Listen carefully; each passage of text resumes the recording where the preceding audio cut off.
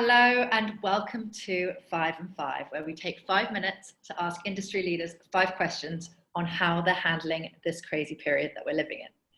We have Rinka Perez with us. Rinka is the founder of the Java Eco Project. Thanks for joining us, Rinka. Hi, Natasha. Thanks for having me. So that people get to know you a little bit better, would you mind sharing something that not many people know about you? Okay, well, people are very surprised to learn that I'm actually the love child of a long-term war-torn love story between my Khmer Rouge survivor mother, who's Cambodian Chinese, and my communist Cuban father, who's a doctor and still lives in Cuba.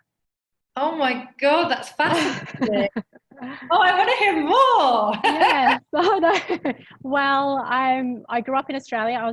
My mother and I fled to Australia as refugees, and I was raised there. But I was born in a refugee camp, which no longer exists, in the outskirts of Thailand. Wow. Oh my God. I guess that's why I kind of have this connection with, helping those in need and the education of children and giving them an opportunity, and a second chance in life. Yes, tell us more about the Java Eco Project, please. So the Java Eco Project is a newly approved social enterprise in Singapore, and we work with a trash community in south of Jakarta in Indonesia. And what we do is we work with them to upcycle non-recycled products, non-recycled materials, such as billboard banners and plastic pouches, coffee sachets, and we magically transform them into reusable products and merchandise. The sale of the products then go back into the community, helping to take the children out of trash picking work and supporting them into a schooling system, their education and healthcare. Okay, fascinating. So given that the new normal and potential for reduced face-to-face interaction moving forward, what are your view on virtual events and experiences? I think they're great. I love the adaptability, the creativity and innovation of it all. I love the fact that it's either adapt or die right now. Yeah. And, we're forced, as humans, we're forced to adapt and change, even if we don't like it. I think it's fantastic. Cool.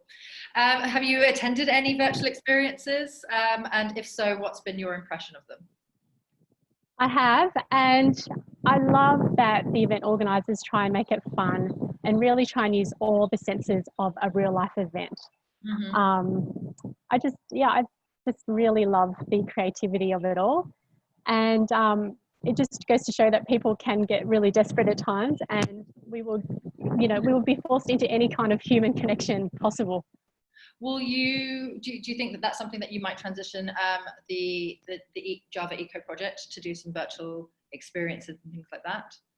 I think there is definitely an opportunity there, especially with the trash community. For privacy purposes, we don't like to do tours or have supporters visit the site, but there's the option to maybe do a virtual tour of the premises and get to understand the community a little bit more and see their daily lives without actually interfering. Indonesia is so far away from Singapore, from a person as in, like, you can't really get into that community. I know distance wise it's not far, but the community is actually quite far from the reach of an average Singaporean or Australian or whoever else that wants to support that community. So I think that's definitely an option for the future. And what are the top things what do you think are the top things that brands need to consider moving forward to make themselves really relevant? I think that they need to tap into the human side of their consumers. We're a lot more socially conscious now, and we want to be, or consumers want to be, a part of the solution and not the problem. So I think brands need to reach in deep and be a part of that. And have a purpose, right? Stand for something. Yes, have a purpose and make the consumer feel like they're a part of making the world a better place. Well, that's a brilliant place to leave it at. Thank you so much, Rinka. Lovely talking to you.